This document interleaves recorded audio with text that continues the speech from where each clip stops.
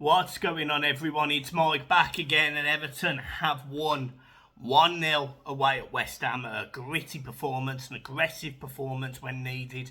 A performance that weren't too dissimilar to the away game at Liverpool last week. A game that I thought Everton could have got something out of. And I said at the end of that video that I would be confident going into this game to get something. I thought we'd win today. Apologies for not making any content this week. To be honest, I wanted to have a little bit of a period of just silence, really. And look, I have no issue with other content creators making content, of course not. But I just wanted to have a few days as a little bit of a period of silence for Kenwright, because irrespective of what you thought of the man, that was Everton chairman for a long time, was on the board for a long time, whether you thought he did a good job or a bad job, he passed away this week. And anyone that gives 34 years to one job, one football team, one career, it absolutely deserves the respect and a bit of gratitude. Whether you think he's done a good job or a bad job, certainly over the last few years, look, it's almost immaterial. He was Everton through and through, and you cannot disrespect him for that, in my opinion. So Everton have to move on, of course we do, but we knew that anyway. And it's fitting that Everton won today. It's fitting that Everton won. It was fitting that it was the first game against West Ham, a team that David Moyes, who's probably Bill Kenwright's best decision, in my opinion, is manager of, and it's fitting that Everton won that game. So, I'm sure I speak for the players and the manager and everyone else there, but I would say that one was for Bill, and it was a great performance. So, rest in peace, Mr. Kenwright. Thank you for your 34 years of loyal service, and I hope you rest in peace. Let's get into the game. Everton went into this game off the back of a 2-0 defeat to Liverpool, a game that, again, as I said, I thought we could have got a result. And we were gritty on the ball. We played well. We played through the channels. We were solid to break down. And this is my points that I've been making in games. I have no issue Everton playing like that, because we will get more points playing like that, playing a solid brand of football that isn't the most, eye-catching, isn't the most pretty, but it gets results because we're solid at the back and we're capable of hitting teams on the counter. Certainly with Harrison and Nana moving the ball quite nicely through the channels today. I thought Nana played well. Garner as well, and Calvert-Lewin. His goal, it won't be respected for the quality that it was, but his turn, it wasn't too dissimilar to what, if you remember, in the, I think, was it 2012 Euros? Was it Hal Robson-Kanu when he turned the two Belgian defenders in the semi-final, in the quarter-final? Wasn't too dissimilar. He lovely little sort of, he comes in between his feet, a little back heel round the corner, gets his shot off, strikes it fairly clean, sticks it bottom corner, makes it Everton 1-0. But there'd been chances before, Everton got in a couple of times. Decore is the most frustrating player in an Everton shirt for me. He annoys me immensely because he has got the energy of a marathon runner, but he's got the technical ability of a 5-year-old. He doesn't think. And there was one moment where we win the ball. It's 3v1. Dwight McNeil is running in between. I think the centre half of them is a guard or knife or whoever it is. But he's running in on him. And instead of Decore timing his run and running behind him and breaking away, he runs in front of him. So McNeil has to step back, which because he's ran that way, it actually takes Dominic Calvert-Lewin out of the equation for that pass. It actually cuts him off. It's schoolboy. It's absolutely schoolboy, but it doesn't matter. We won. But little things like that drive me mad about Decore. There's no doubt in his work rate, and there's no doubt of his little bit of composure in tight situations. but sometimes he is brain dead from a football perspective, and it drives me mad. But Jared Branthwaite, again, man of the match. Again, he's unbelievable. I mean, he really is a sensational centre half. He really is. He's done a phenomenal job since coming into this Everton team. He did a phenomenal job on loan. Again, I didn't want to loan him last season, so for him to come into this team this season and be as brilliant as he is, honestly, it's testament to how young he is, how aggressive he is, but most importantly, how good he is. West Ham did have a couple of chances. There was ball in the first half, dinked over the top. Jad Bowen couldn't quite get there. But all in all, Everton deserved that. Everton were the better team, in my opinion. You know, West Ham might have had more possession. You'd expect that at home. But I don't think they had as many clear-cut chances. I don't think there was many clear-cut chances in full stop, if I'm being honest. But I do think Everton deserved it. You can tell they've got good players, West Ham. You know, Ben Rama, Kudus. You know, they're tricky players, they're composed players, they can beat people at ease. And you can sort of see that this West Ham team is sort of in a transition. So you can't dig them out. You know, they're playing Thursday, Sunday, which again is never easy for a team that, no disrespect, you know, I don't think they've got the biggest squad in the world. Albeit, look, I might be wrong. I'm not a West Ham fan, so I don't know. But they come up against a really well-organised Everton team. And, you know, the pitch looks slow today as well. I was watching the game and I felt like either the pitch was practically waterlogged or it was just a slow playing surface because the ball didn't really have any zip.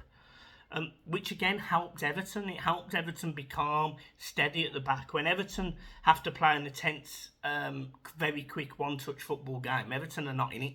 They're not in it. But pitches like that, Everton are perfect on. That's exactly perfect for Everton. It utilises all of their qualities, which is the strength in the middle of the park. The ability to pick a pass. Again, Mikalenko I thought was outstanding. I thought Nathan Patterson come into the team and did exactly what I expected. He defends fairly well. He gets cut a few times, but he's a young lad. He deserves to start over Ashley Young all week, all games, every game. He deserves to start over Ashley Young. You know, I still question whether he's better than Coleman, but you know, the kid needs a run of games to prove it, and hopefully he's going to get them now because Ashley Young doesn't deserve to come straight back into that team. James Tarkowski, yet again, clinical, strong, good tackles. He's a bit of a snide, which I personally love. You know, he's someone that plays for Everton, he plays for the shirt, and I respect that. So big thanks to him. But all in all, I'm happy. And Everton should have won more, in my opinion. Jack Harrison certainly should have scored at least one, maybe two. There was one moment where Calvert-Lewin was just a fraction offside. He was offside, but he rattles it against the bar. Again, disappointing, but a good, you know, he's on it. So, look, I'm really, really happy with the performance. I'm really happy with 3 points. We're now on 10 points. You know, and it sounds silly, but it makes you feel more confident. I mean, I'm not saying we could, you know, I am going to talk about this in a minute, but I'm not saying we could cope with a 12-point deduction. But I do think we could cope with a points deduction. You know, if they give us 6 points, for example, and they suspend another 6 based on performance, you know, if Everton financially don't be stupid or whatever, I think we could cope with a 6-point deduction. I really do. I think we'd be fine. I even think we could cope with a transfer embargo because I think that Everton team are good enough to stay in the Premier League based on certainly 4 teams that are worse than us in Bournemouth and the 3 promoted teams. So I am very confident that this Everton team, irrespective of what happens, will be fine. I mean, we've got 10 points now. We lost the first 3 home games really poorly, in my opinion. Fulham, Luton, who was the other one? Wolves. You know, there were 3 games that Everton should have won. Everton could very comfortably be sitting on 19 points now. Now, I know there's no ifs, buts, or maybes. I get it. It's just facts. I get it. I understand that. But this Everton team are now proving that they can go away and get results, because, you know, for the Wolves and the Luton game, for example, where I did bank on Everton getting 6 points, I didn't think we'd get anything away at West Ham and Brentford. So that's sorted that. That's taken that stress away. So all of a sudden, I'm thinking, okay, well, we've got Brighton at home next week, a tough game, but Everton are more than capable of getting a draw, maybe 3 points, and we just need to grind these results out. We've also got a game coming up very soon against Manchester United. They don't look brilliant, but Everton look more than capable of getting a result against United. So I'm gone from being very worried to being very composed, to being very happy. And Dyche, although he stumbled on it, and I think it's very clear that he doesn't always know a plan B. I'm not sitting here digging him out today, but he doesn't really make the substitutions I'd expect. He allowed Doucouré to look completely leggy all game, and I thought the substitution should come sooner. I certainly think Danjuma should start instead of Doucouré, but it has to be on the assumption that Danjuma will be told that he has to work unbelievably hard. But for me, the Everton team looks settled. It looks absolutely fine. The 4 at the back is great. The 2 in the middle that sort of hold Onana and Garner. The Doucouré sort of plays a little bit further forward. Then you've got the 2 wingers in Harrison and McNeil, who do fine. Neither of them are ever going to light up the Premier League. You know, they remind me actually quite similar to players like Andros Townsend and Kevin Kilban, if you remember him in a blue shirt. Just people that just do their job, work hard, graft hard. Not the most skillful players in the world, but just do something. Don't just stand there and be a non-number. You know, they're there to be counted, and I respect that. I'm cool with that. And then Calvert-Lewin has come back and he's scored an alternate games. I think that's 4 in 8 now? I think it is for Calvert-Lewin. I'm more than happy with that. You know, this is a guy that's had some struggles. He's had problems with injuries over the last 2.5 years, and he's came in. Dyche has done a great job on his deliverance, and we're here. You know, we're here. We've got a game against Burnley midweek where I would like to see him rotate a little bit. I don't want him to change the team completely. I do think players like Better will start, and the reason why I think Better will start is he made the substitution of Chermiti today, and I think Chermiti will come on for 2 reasons. One, he's got legs to go in behind a little bit more than Better, but secondly, I think Better will start against Burnley. I think Danjuma will start against Burnley as well. I think probably Harrison and McNeil will come out the side. I think Garner will start against them. But I don't think there'll be wholesale major changes. And I'm fine with that. I just want... What I want is Everton to progress in that competition with very little worry about injury. Whether we're good enough to do that, I don't know. But irrespective of that, this Everton team today have gone there to West Ham, put in a great performance, and I'm really happy with it. Now, let's talk about the recent Premier League Guardian Times article that Everton could potentially face a 12-point deduction. Everton could face any number of point deduction. I mean, there was another paper the other day saying Everton could get a 21-point deduction. I mean, pathetic. However, right, this Everton team had just lost its chairman the day before, and whether you are big on the whole Kenwright was brilliant or not brilliant, you shouldn't be happy about the death of someone, obviously. But irrespective of that, the game after, we had literally, the day after, we literally had an article come out saying Everton would get a 12-point deduction. They didn't give anyone any chance to mourn anything. You then get the hearing the day after that, all of which I think personally should have been cancelled or stopped or took back a week. I think it's an absolute disgrace that the Premier League, after somebody so integral to the football team, whether he did a good job or not, passes away, they decide to go, do you know what, we're going to take shots at you now. Because Everton are a sitting duck. We've got an interim board, no chairman. It's a disgrace. It is an absolute disgrace what the Premier League have tried to do to scapegoat Everton. It's a disgrace how the media are now talking about it. You know, some media people in TV and in whatever are talking about how Everton are being scapegoated, are people targeting Everton. No one's talking about Man City's issues, blah, blah, blah, blah, blah. The simple fact of the matter is, the day after the man has passed away, they're talking about it. It's a disgrace. Honestly, I can't stand the Premier League. I think the decision that they made in doing that, it just shows how lack of class that they have.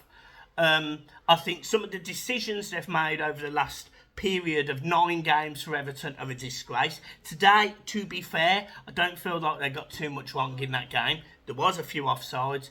There was a foul in the bottom left-hand corner. It should never have been a foul. I mean, the linesman gives it. It's not a foul at all. It's a joke of a decision. But irrespective, the way that this club has been treated time and time again from officials, from the media, from referees, from all sorts of people is nothing short of a disgrace. And honestly, I hate them. I hate them. I hate them. I hate the Pgmol. I hate the Premier League. I don't understand this fest they've got against Everton. And me and John were going to do a debrief show for the Liverpool game, but due to schedules, we just couldn't do it. And we were literally going to sit down with the Pgmol, a new one. Then Bill Kenwright died, and it just wasn't right. It just wasn't right to talk about it. And just to also just throw in there as well, by the way, on a more positive note, Liverpool Football Club have been nothing short of fantastic. The song that they played, I never remember my brother, whatever, but they were, the Europa League game, and today, great. Real big respect to that. And, you know, this is, again, I know there's this rivalry between Everton and Liverpool. I know we hate each other, blah, blah, blah. But when the city comes together, there is nothing more beautiful than two giants of English football standing toe-to-toe with each other, next to each other, fighting the world. And I massively respect that. So, thank you for that. But yeah, I think the Pgmol is a joke. I think the Premier League is a joke. I really do think that the Premier League don't want Everton to be in it. I think we create headaches and problems.